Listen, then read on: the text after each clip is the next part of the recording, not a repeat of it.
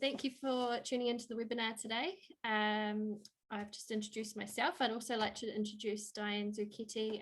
She's a geospatial consultant with Spatialise, and she's based up in Northland and helping us, New Zealand Landcare Trust, out with a lot of our mapping over the next little while.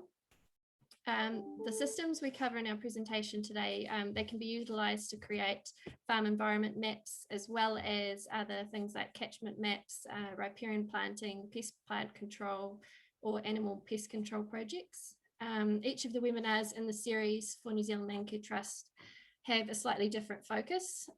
Today's webinar will be focused on a smaller scale lifestyle block in my region. It has a stream margin that's requiring pest plant control, and it's a bit of a blank canvas, so we can show how the current state of affairs and how we're planning to mitigate the pest plant issues and riparian zones. In this 1 hour session, Dianne will run through the basics you need to get your farm or catchment mapped, and we'll also answer questions on the processes and platforms available. We're recording this webinar, and we will have the links loaded on the New Zealand Landcare Trust website hopefully by the end of the week, and you'll be able to view webinars from other regions as well that might have a focus on something more of interest like larger farms or full catchment focus. So we can get started. Throughout the process, throughout the webinar, please use the chat function to introduce yourself, as well as if you have any questions along the way. If they're relevant to what we're talking about at the time, I'll read them out. And if they're something we can come back to later, we'll address them at the end of the presentation. So we're just going to move on to our first slide. Next slide, please. Thanks. So what is an environment plan? We're going to cover today. What should be in an FEP, farm mapping, how to make your own farm map, and a demonstration with questions. Next slide, please. So what is an environment plan? It's a tool that can help you recognize on-farm risks and set up a program to manage those risks. So they're unique to your property. They reflect the local environment, the type of farming operation, and the goals and aspirations of you as a land user. Next slide, please. What should be in the plan? Details about your farm, critical sources, and all significant infrastructure and natural features. An assessment of risk from farming activities on water quality, good management practices that the farm is currently doing, and you can also include things you would like to do in the future. Identification of time-bound actions in place to mitigate impacts of farming practice on the environment. It should be written by you or with your input as the landowner. Next slide.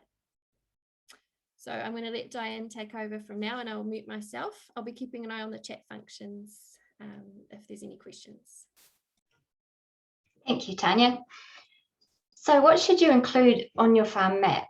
So your farm map ideally should identify all significant and natural features, all significant infrastructure and natural features. For example, your farm boundary or your property boundary, land management units or farm blocks, waterways such as rivers, streams, watercourses, water bodies such as farm dams, lakes and wetlands, riparian zones, fence lines adjacent to waterways and water bodies, stock crossings, tracks and races, and critical source areas such as overland flow paths, yards, animal holding areas, standing pads, feed out areas, effluent application areas, and erosion prone areas.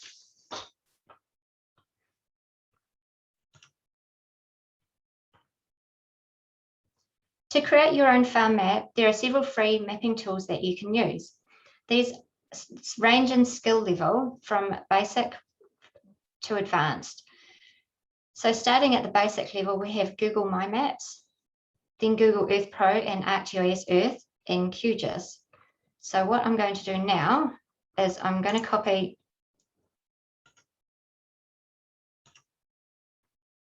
links to these applications and put them in the chat so that you can click on them, copy them out and visit them later. So starting with Google My Maps, This webinar will focus on using Google My Maps for creating your farm map. This is because Google My Maps is a simple and easy to use tool where you do not need to download any software or save your files to your computer. All of your data is saved in Google, and you can also view your map on Google Maps app on your mobile phone or tablet. And most of you are familiar with using Google Maps to find and locate towns, businesses, get directions, etc., which is great because Google My Maps is pretty much the same. The main difference is you can actually add your own features to it. You can map your points, lines, and polygons onto Google Maps. But if you'd like to create an accurate map where accurate locations are vital, where you can measure the length of fence lines or paddock areas, I would recommend looking at the other applications, particularly QGIS. Google My Maps will meet the needs of creating a farm plan that outlines your plans for your farm, mapping your significant infrastructure and natural features. So with Google My Maps, you can share your map, you can print your map, you can download your features to a file. Your map is stored online and you can access it via Google Maps mobile app. You will need a Google account and internet access, and the skill level is basic. The next step up from Google My Maps is Google Earth Pro and Arcgis Earth. So with Google Earth Pro, you can add and edit features. You can save your map as an image. You can email your map, print your map. You can import data from different formats. You can export your data to a file, but you can also view your map in 3D. So you can see in the foreground, this ridgeline is in 3D.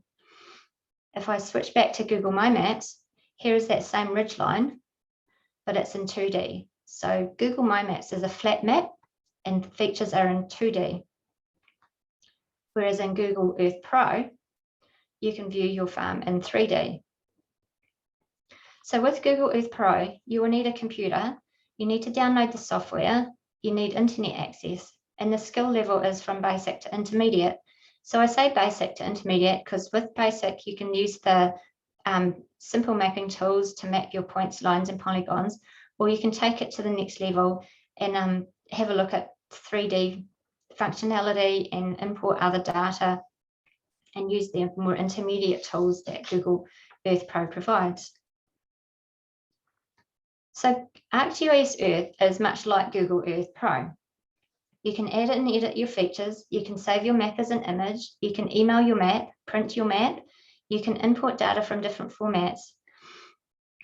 But you can also add data feeds or web services. So what this means is a lot of the councils use the Arcgis mapping platform and their web maps use the Arcgis mapping platform. So each layer in a web map is a data feed or a web service. And so you can take that data feed and bring it into your Arcgis Earth. It's a little bit, that's more of an advanced function, but you can do it.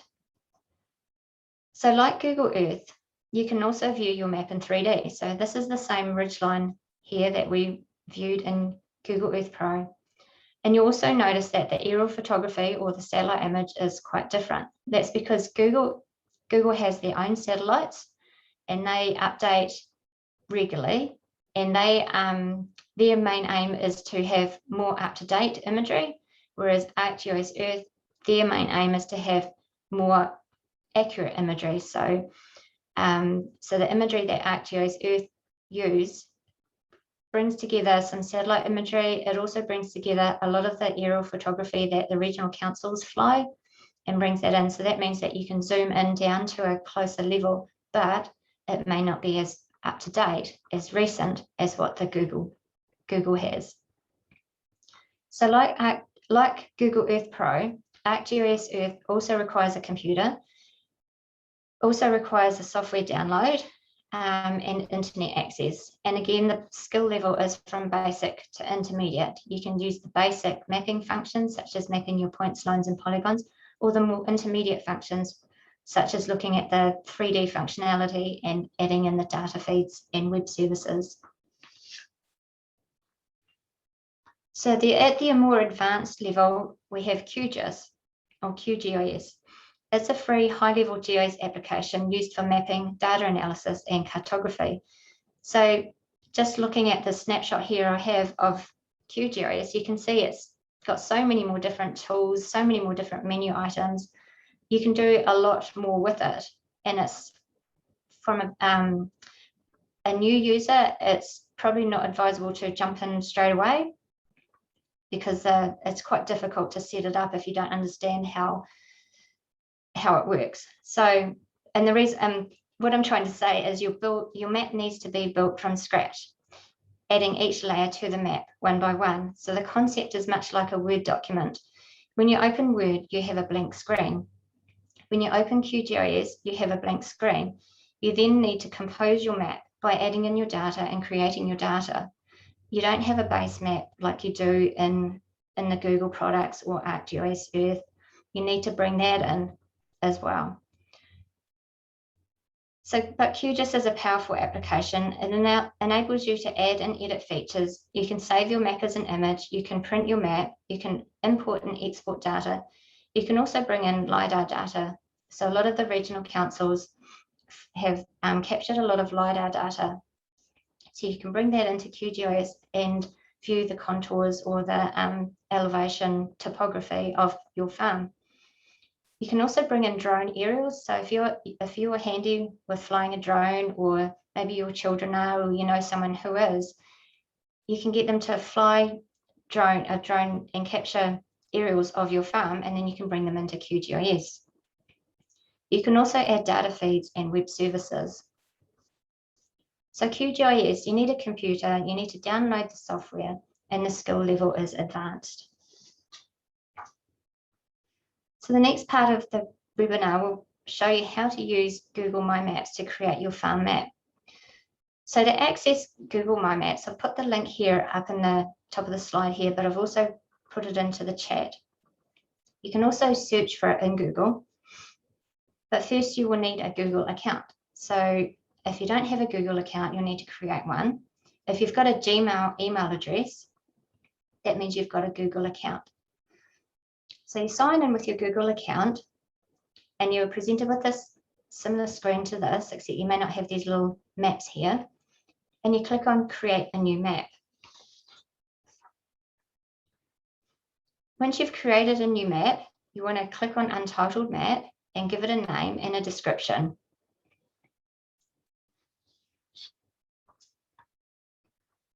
And then underneath your title and description is a layer. So you want to click on Untitled Layer and rename that to Existing or Current. So this is where you'll add in your existing or your current farm features, such as your farm boundary, your waterways, planting, erosion-prone land, etc. So navigate to your farm. You can use the search bar or you can just use the zoom. And first thing is, you'll think, well, how am I going to map my features when I can't even see them? So Google defaults to the street map. So where you can see the streets and streams and water bodies, but you can't see anything else. So you could map your farm dam or your streams.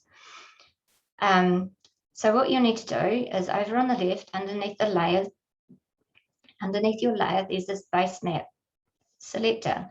So drop that down and select satellite image. And now you can see your farm features. So start by adding a line feature. So click on the little shape here, add line or shape. And a good starting point is mapping your farm boundary. Then you can add in your waterways, your water bodies, your farm race, or your stock crossings. Draw each of your feature and give them a name and a colour for a theme. So I generally work by themes, so water's blue, so any water bodies, farm dams, streams, waterways will be blue. And then your critical source areas, they could be coloured depending on the level of risk. So yellow might be low risk, orange might be moderate risk, red might be high risk. And your farm boundary, you could use black to signify your farm boundary, and your farm tracks, you might use grey or brown. It's entirely up to you. So once you've finished mapping in your current farm features, you can add a new layer. So click on Add Layer and call it Planned 2021-2022. And this is where you'll put all your planned works, such as your planned fencing, your planned planting, etc. And as before, draw each of your features and give them a name and a colour. And you'll see here, I've got this new layer called Future. So this is where you might map in all your future activities, such as fencing that you'd like to do, but you don't have the budget for and you haven't got the time, or you haven't allocated what financial year you're going to do it in. Or it might be future things activities that you need to do on the farm because legislative requirements will require you to do that in future, such as mapping all your forestry blocks for your carbon credits or your emissions trading scheme. It might require you to fence off all your waterways, because that's coming through soon anyway. So once you've created your map, you can export your data out to Kml or Kmz. So you don't have to do this because your map is saved automatically in Google, and any changes are saved as you go. Your map is saved online and in your Google account. If you want to back up your data, you can save your data to your computer using this export to Kml Kmz. And this also makes it easy to email your Kmz data file to a third party if you wish. You can also print your map to a PDF for your records or to put into your farm environment plan. This is a little bit hit and miss. So I'll show you in the demo. Sometimes you might miss some layers. Sometimes when you hit print, it zooms right out and you can't see your farm. So it's a little bit hit and miss, and it's a bit fiddly to get it right. I'll show you that in the demo. You can also share your map. So there's the share button. And if you want to share your map, I would recommend link sharing. This means that anyone with this link has access to your map, can view your map. I discourage sharing to the public because that means everyone on the internet can find and access your map. But again, it's entirely up to you. So now I'll switch over to the demo.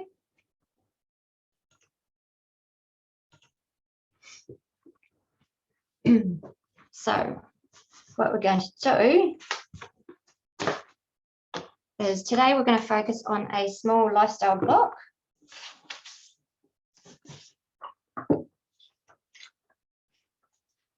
And to get started, we'll create a new map.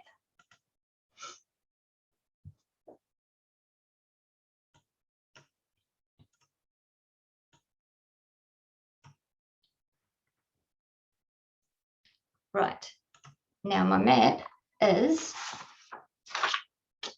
in my property, is in Whanganui. So I zoom to my property.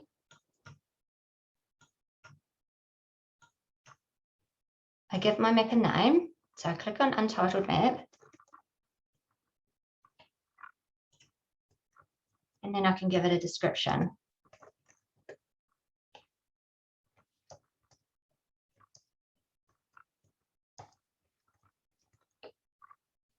And you can add in what you like in there. Right, so I'm going to start off this map because you can see the property boundary. So I'll rename Untitled Layer and I'll call this Current. And what we want to start with is our property boundary. So I'll click on these, draw a line, add a line, and then I can get the property boundary. Okay, I thought that I had finished. So let's try that again. Add a line.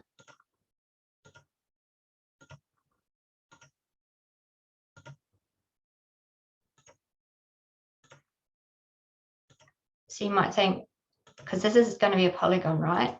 So why am I drawing a line? This is how Google does it. So to convert your line into a polygon, we'll double click on the point where I started. And there's my property boundary. And I can change the color. So I don't actually want it to have a color. So you can change the transparency to solid fill or transparent. So I want it transparent. And then I can thicken up the border.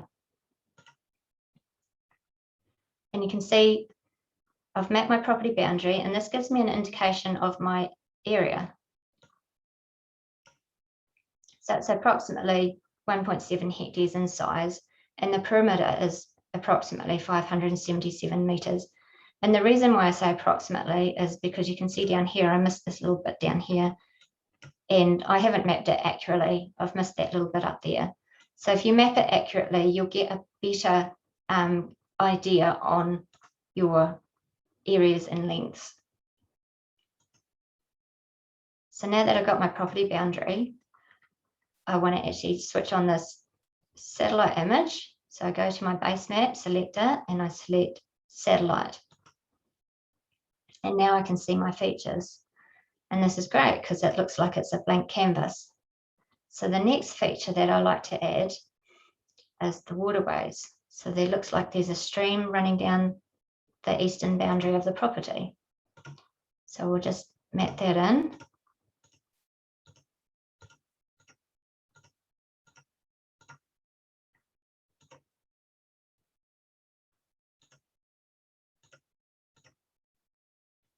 And you double click to finish. So I call this a stream.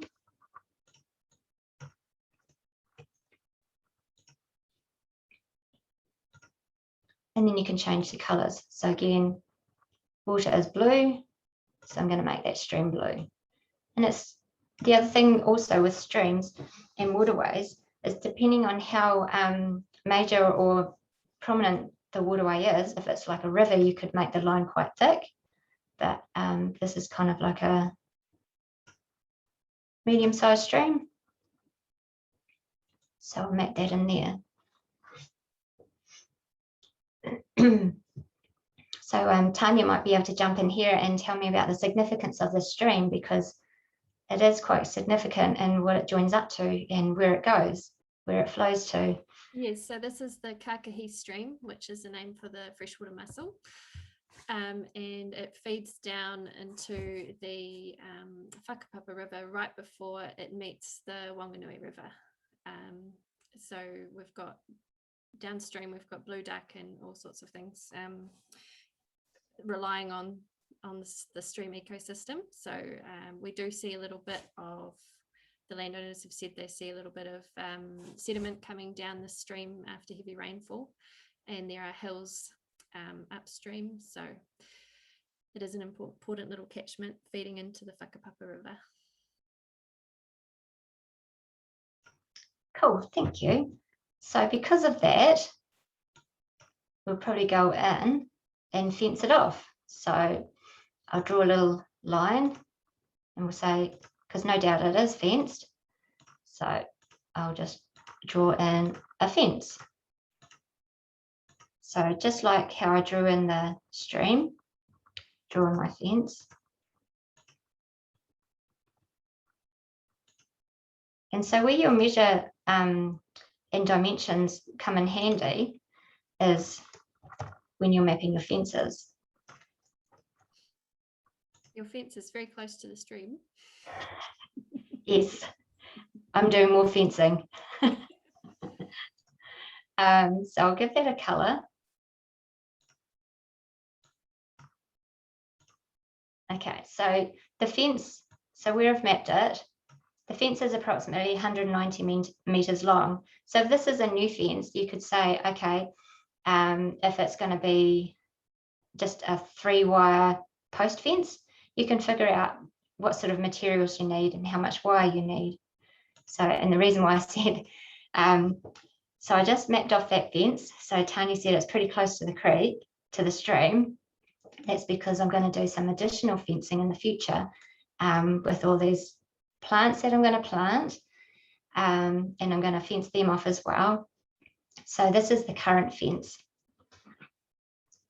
So we've got some trees here, and I think that the farm owner indicated that they are pest plants down through here. So we'll just map those off. And we'll map them off as one polygon. But if you like, you can map them off depending on, their species or control methods. But this is just an example. So I can say these are pest plants. And that we are so we could say in 2020, we did some weed control, and we applied some sort of weed control to it. So you can make notes in there. You can take a photo. So you could take a photo of your before and after and add a photo in there. And then when you come back next year, you can save that. And when you come back next year, you can click on it and you can edit and you can add another note and say 2021.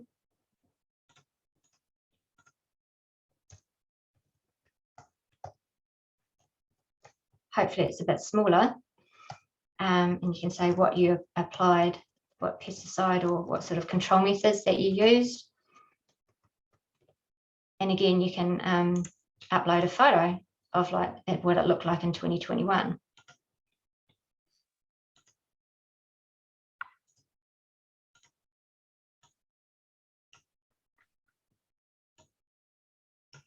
And then the landowner, they are going to put their house over here. So we'll make it a polygon. Add a line. So we'll make this a polygon.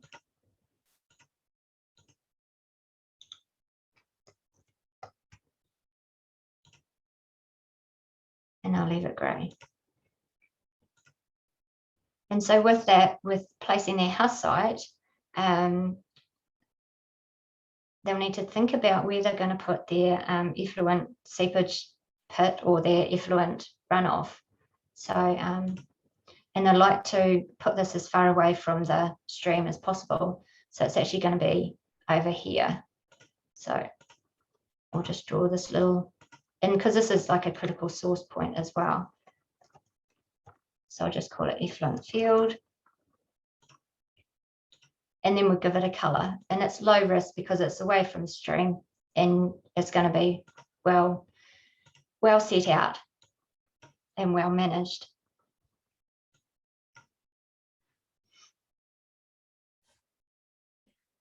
If anyone has questions, feel free to pop them in the chat box. Oh, yes, keep slipping with the mouse. So currently there is a fence that runs approximately along here as well.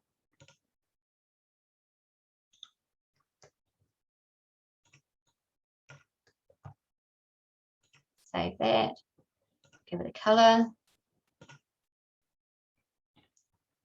and a line thickness.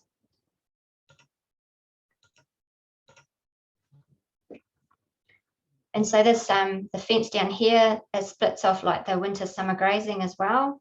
And because it's close to the stream, you can imagine it get quite wet in the winter. So the landowner is planning on putting in like a standing pad for their stock. So you can put that here. This is going to be like a sand area. And I'll call it standing pad. And because this isn't like a dairy farm, so you might be wondering why they're putting these standing pads so close to the house. Well, these are for horses.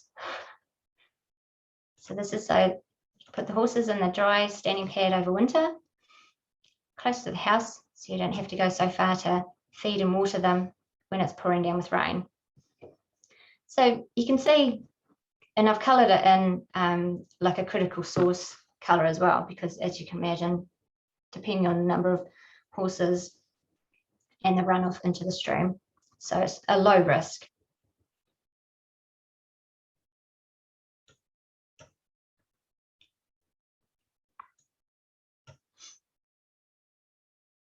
So that might be our current situation. Oh, I keep slipping. So that's our current situation. So what we're going to do now is map in what we're going to do in the future, well, next year. So we'll add another layer. And I'm going to call this planned 2021 to 2022.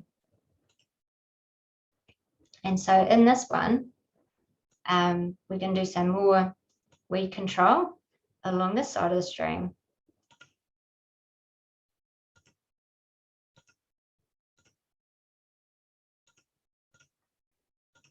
And this might be blackberry along here.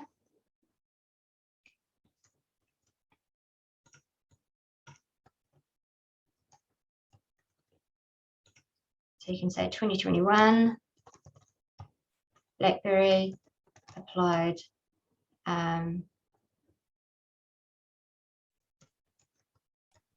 whatever pesticide. Associate would be the name, yeah. Yep. And you can take a photo of it as well, so you can get like a before and after photo. So we'll save that and we'll give it a colour.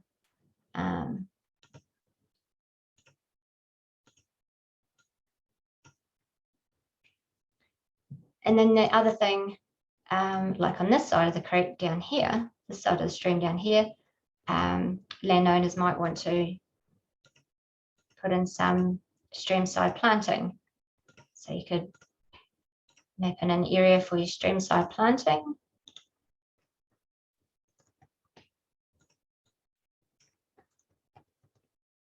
And then you can say in 2021, we want to do infill planting. And then you could name your species in there. You might want to start with Kanaka, or you can put whatever you like in there. And again, you can have a before and after photo. So it looks like there's not much in that area at the moment. So yeah, I'll give it a color. Trees are green, so I'll make it green. And when you use green on green, sometimes it's a little bit hard to see. So you got to choose your green and play around with the transparency and the border width.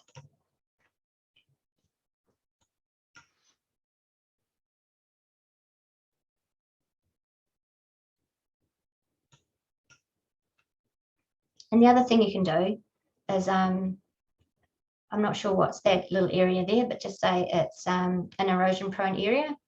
So you've got a couple of choices in there. You can either map it as a tiny polygon, and you might say it's erosion prone.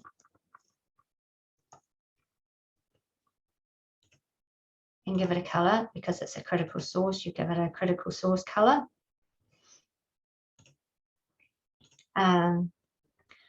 Or you can add in like a little marker in there.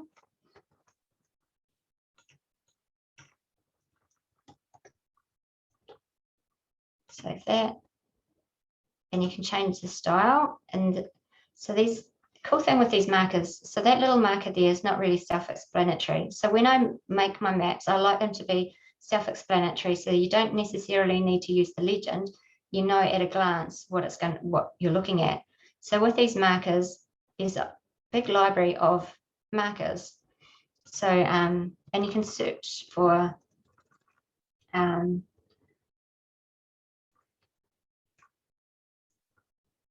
there is a marker for a slip. I can't remember which one it was, but you can you know, put in your little marker that identifies what it is that you're trying to show. So I'll just put a little hammer, and then you can color it in with your level of risk. And the same you can do in this little standing pad here. So you can put a little marker in there.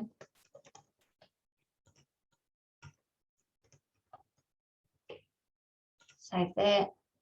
We change our color. And then here, because it's the horses that are going to be standing in here, we can put a horse in there. And we can change the color, giving it a level of risk. And the same goes, you can go along here, like if you are doing your planting and say you are planting, you might just have some infill planting, but then you might want to plant some pretty significant trees. I know up here in Northland, we like to plant curry trees. So you might want to plant a significant tree in here. So I'm not quite sure. So I'm just going to call this a significant tree.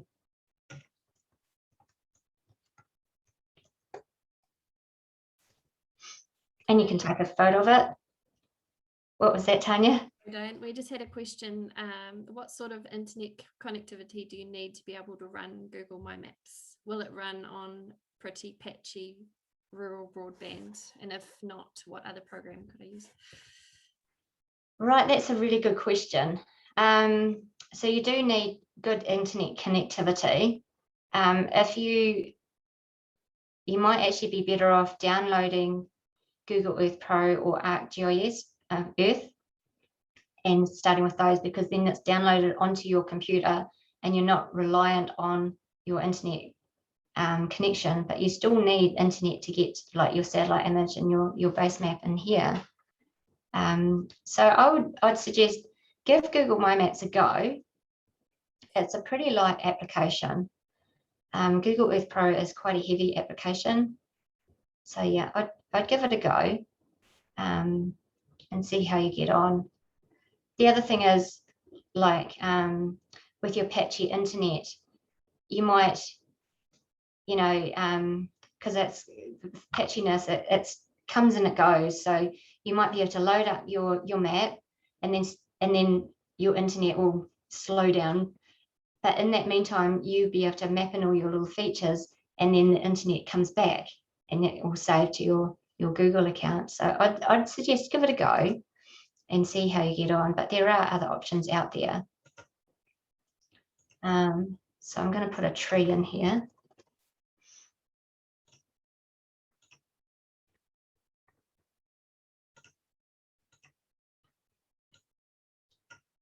Right, so I've got my current situation, my planned, and then I'm going to add in another layer, and I'm going to call this future. So these are for what future activities that you haven't got the budget for at the moment and you haven't set a time frame for them. So we've got another question in here about guidelines for the standard use of symbols. There are no standards. So I'm just giving you some ideas of guidelines to follow, because in general, like with mapping standards, you do follow like water is blue and vegetation's green. But in terms of the FEP, there are no standard symbols. So it's entirely up to you.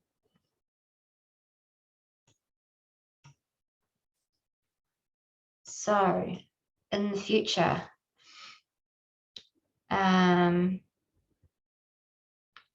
do you know what's happening down in this part?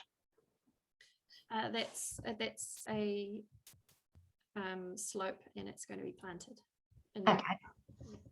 Right here, and so, oh, I did the wrong button. So we'll click on our little add feature and we can add in our, well, actually, once we get these weeds under control as well, we might do some riparian plant and continue that down.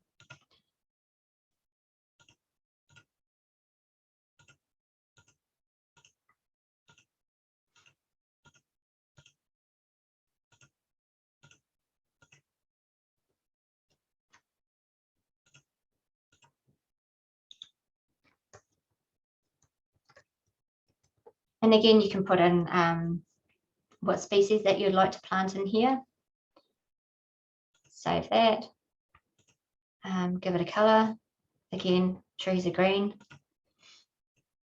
And the other thing you might, like if we're going to, in the future, do that in riparian planting, we might want to move that fence, replace it, and put a fence along here. Cancel that. I'll start again.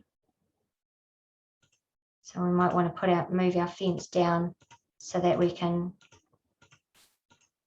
protect our planting.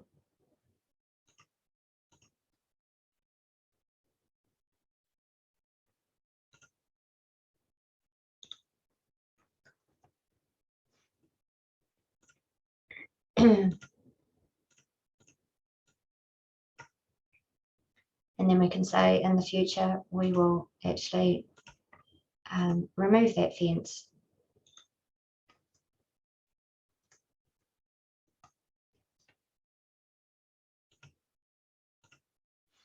And I'm just going to change, well, it doesn't matter about the color actually, so I'll show you why. So see how I've doubled up on that fence?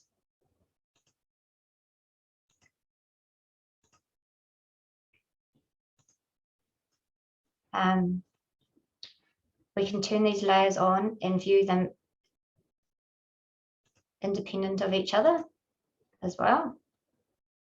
So it doesn't matter if we've doubled up on, like that fence I've doubled up on, so it doesn't matter. And the other thing is when you're adding in your features, say I want to add in another feature into planned, and I start adding in my feature, you see how it's just added this into current? And it's like, I don't actually want that there. And the reason why it's added that into current is because I've activated it. So to tell, if you want to know which layer you've got active, you click on, and it's got this very subtle blue bar on the left-hand side. So you click on your layer and this blue bar changes depending on which layer is active. And then if you want to remove layers, you can click on that and just hit the little trash can. You can't grab layers from here and put them into another layer.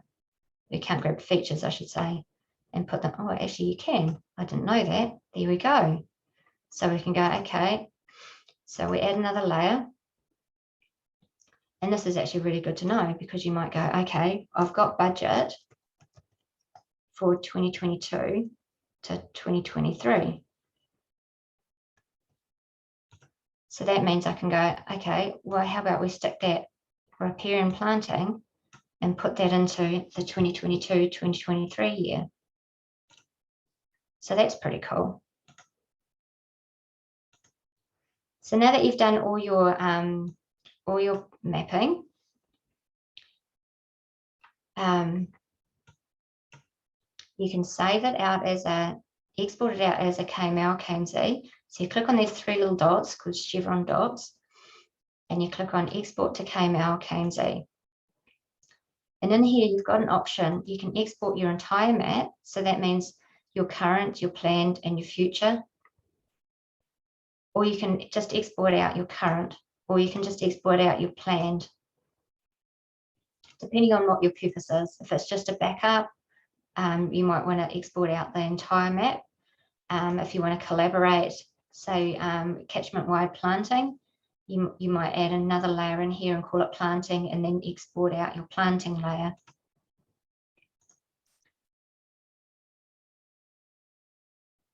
And now I want to print my map. So again, I go back to those dots, select print map, and I want an A4 map, and see how it's a portrait orientated property. So we'll select portrait orientated piece of paper, and I'll select print.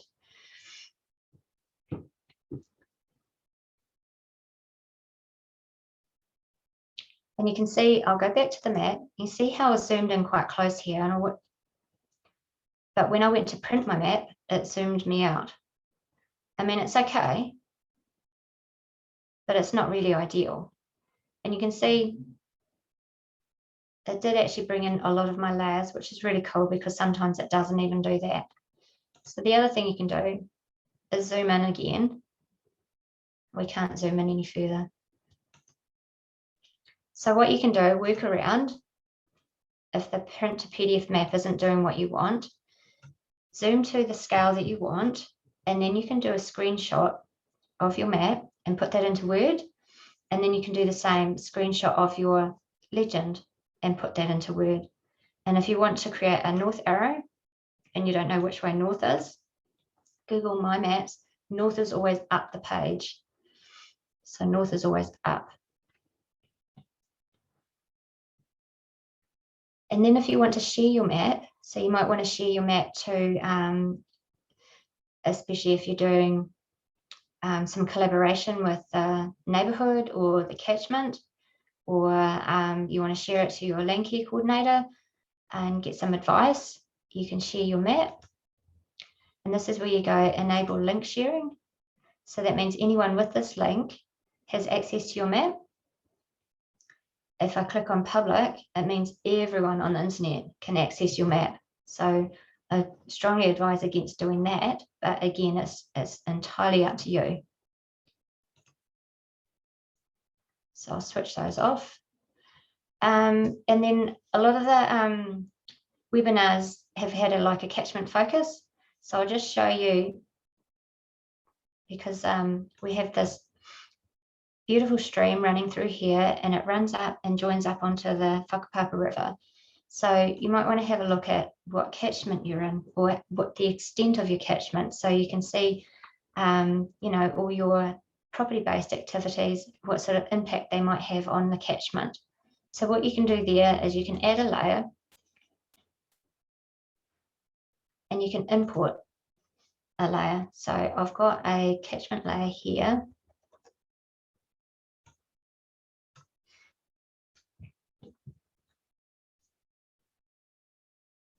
So you can bring in external data. So I've just brought in this catchment layer, and I don't want those ones on the outside. So I'll just delete those ones. And so there's our catchment. So it's quite a long, skinny catchment. So we can see, all our effects, all our property-based activities have an effect on upstream and downstream, or downstream, sorry. Dianne, can you show us just briefly where to find the catchment? Right, okay. So if you want to find your catchment, so Tanya will be able to help you here, but MFE, Ministry for Environment, has this big library of data. And so in here, you need to register to be able to download your data. So in here, there's hundreds of different layers. We search for catchment, and you see there's 62 results for catchment. So this is where it gets quite tricky. So, and you can see there's all these, I don't want an XML. There's lots of different, all I want is a layer. I don't want documents or tables. So you select layers. And so this one that I imported into Google My Maps is the River Environment Classification Catchment Order 4. So there's all these different catchment orders. So there's Catchment Order 6 as well. And that's a large catchment. So the bigger the number, the larger the catchment. So you can see quite a large catchment. So that's why I just brought in the Catchment Order 4. So what you do then is you want to clip out just that catchment. So once you've registered to this website, you can set a box crop. So you draw a box around the feature that you want, and then you click download. So in here, you want to make sure that you've selected Google Earth Kml, and you also want to make sure that your download is less than 5 megabytes. So ours is less than 1, so that's great.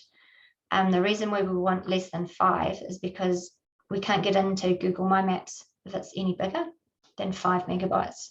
So then you accept terms and create download. So that'll go away, and it will clip out your little polygon here. And then you can go into your Google My Maps. So I'll just delete that one. And then we add a layer.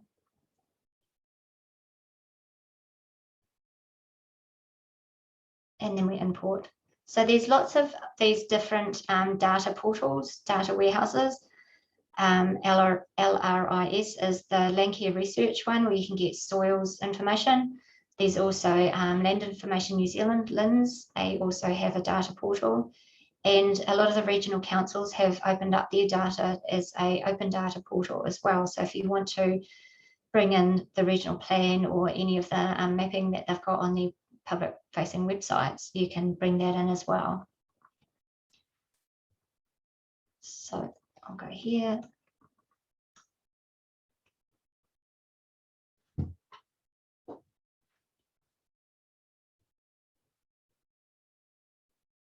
And there's my catchment, so I can turn off all my other layers. And there's my catchment. And because I drew a box crop, it grabbed these neighborhood ones that I don't actually need. So you can click on those and just delete them. And then you can give it a color as well. So water's blue, so I'm quite happy with that color. And then we can see our little property right in the middle.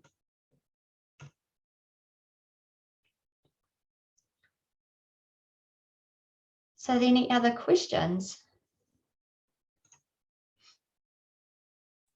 I can't see any.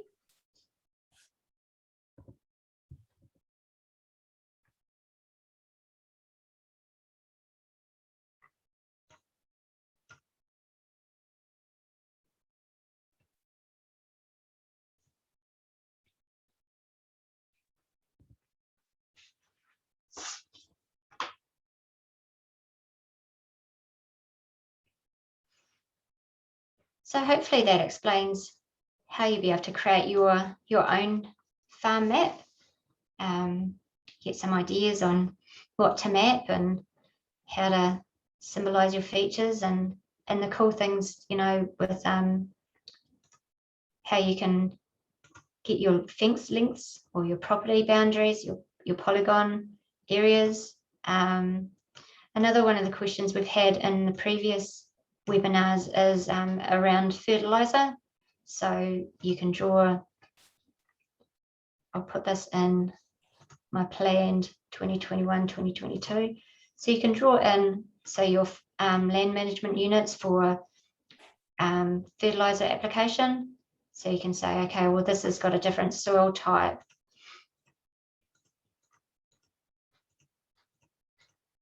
So this might have a different fertilizer application or fertilizer requirements.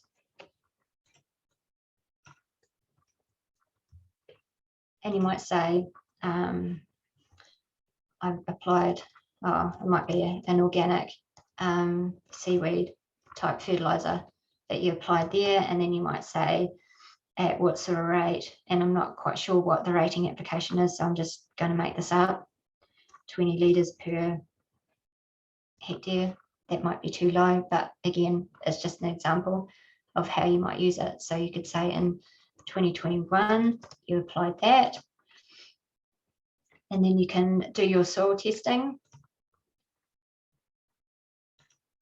So you map in your management units, and you can say, oh, that's application rate of 20 litres per hectare, and you can say, well, that's half a hectare. So then you can work out how much fertilizer you need. And then next year, after you've done your soil testing, you can say, okay, in 2022, I want to apply the same fertilizer because I really like that fertilizer and I got a really good response, but my soil testing has improved, so I don't need so much. Or because it's only a year apart, you might need, there may not be any change because soils don't generally change that quick.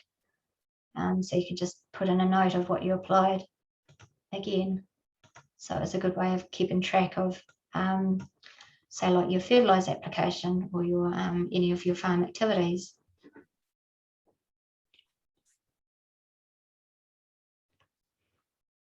Great, thank you, Dianne. As I said at the beginning of the presentation, the different webinars around the country have all had a slightly different focus. So if there's one you would like to see for a dairy farm or for a more biodiversity focus, you could have a look on the website. I will send out the link to you guys once it's live on our website for the recorded sessions around the country, and you might like to rewatch one showing it in a different light. Thanks so much for tuning in to us, and thank you, Dianne, for a really informative session. I see we've had about half of the attendees that were planned, and I wonder if the link that I sent through this morning might have been incorrect, and that's me as a brand new coordinator for the region, and I must have mucked something up there. Sorry, Mario. I will make sure to contact everyone who's missed out and send through the recording to them.